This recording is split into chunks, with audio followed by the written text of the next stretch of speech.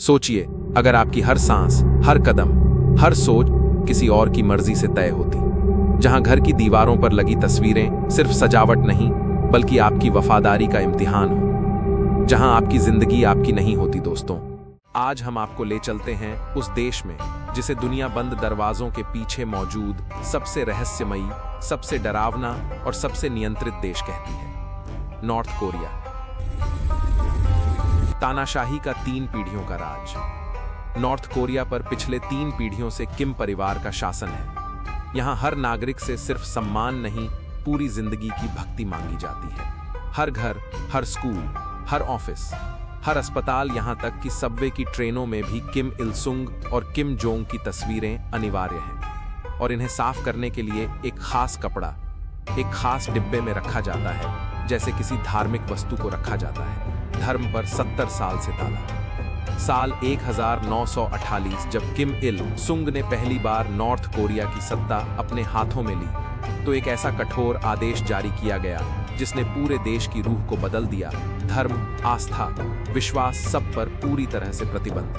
उस दिन से आज तक पूरे 70 वर्षों से नॉर्थ कोरिया दुनिया के उन देशों में गिना जाता है जहां धार्मिक स्वतंत्रता सिर्फ एक सपना नहीं बल्कि एक अपराध मानी जाती है। एक ऐसा राष्ट्र जहां प्रार्थनाएं फुसफुसाहट बन जाती हैं और विश्वास शासन की लोहे की पकड़ में कैद है। मौत जैसे कैद खाने, जहां हवा भी डर के साए में सांस लेती है। कल्पना कीजिए, एक ऐसा देश जहां 1.5 से 2 लाख इंसान जेल कैंपों की लोहे की दीवारों में हमेशा के लिए कैद हैं, बिजली की तारों से घिरे, दुनिया से पूरी तरह कटे हुए।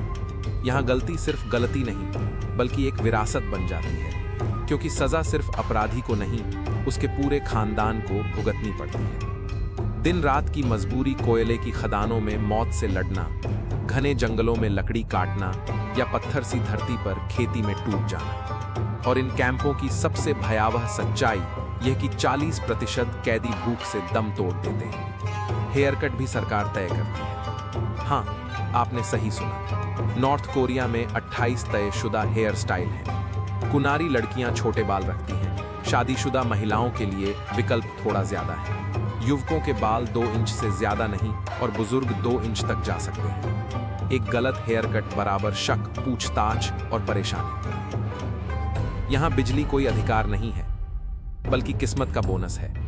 रात होते ही पूरा देश ऐसे अंधेरे में डूब जाता है जैसे किसी ने विशाल लाइट ऑफ बटन दबा दिया हो। और जिन घरों में बिजली आती भी है, वहां भी ये मेहमान की तरह होती है।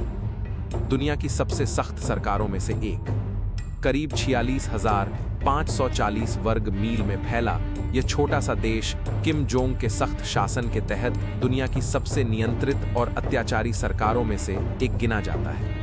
छोटा देश है, लेकिन नियम कायदे इतने बड़े कि कभी कभी लगता है जैसे पूरा देश नो फन जोन घोषित कर दिया गया हो। और सबसे अनोखी बात, इस पूरे क्षेत्र में आप आज़ादी ढूंढने निकलें तो नक्शा तो मिल जाएगा, लेकिन आज़ादी शायद नहीं। सायरन की आवाज़ मतलब आपकी जिंदगी। सोचिए, अगर कोई आवाज़ तय करे कि आप कब उठेंगे, कब खाएंगे, कब सोएंगे। नॉर्थ कोरिया में सायरन हर दिन 3 बार बजता है, सुबह 7 बजे, दोपहर 12 बजे और रात 12 बजे। और यह आवाज़ ही लोगों के दिन का टाइम टेबल तय करती है। यहाँ सेना में जाना कोई करियर ऑप्शन नहीं बल्कि लंबी कैद जैसा नियम है। पुरुषों को पूरे 10 साल और महिलाओं को लगभग 5 साल अनिवार्य रूप से सेना में रहना पड़ता है। यानी सिर्फ सेवा नहीं बल्कि एक ऐसा सफर जो कभी कभी रूटीन से ज्यादा एडवेंचर पार्क का वार्षिक पास लगने लगता है। बस यहाँ रोलर कोस्टर की जगह ड्रिल्स और परेड मिलती है। लोग मजाक में कहते हैं, यहाँ आर्मी में भर्ती नहीं होते, आर्मी में पड़ जाते हैं।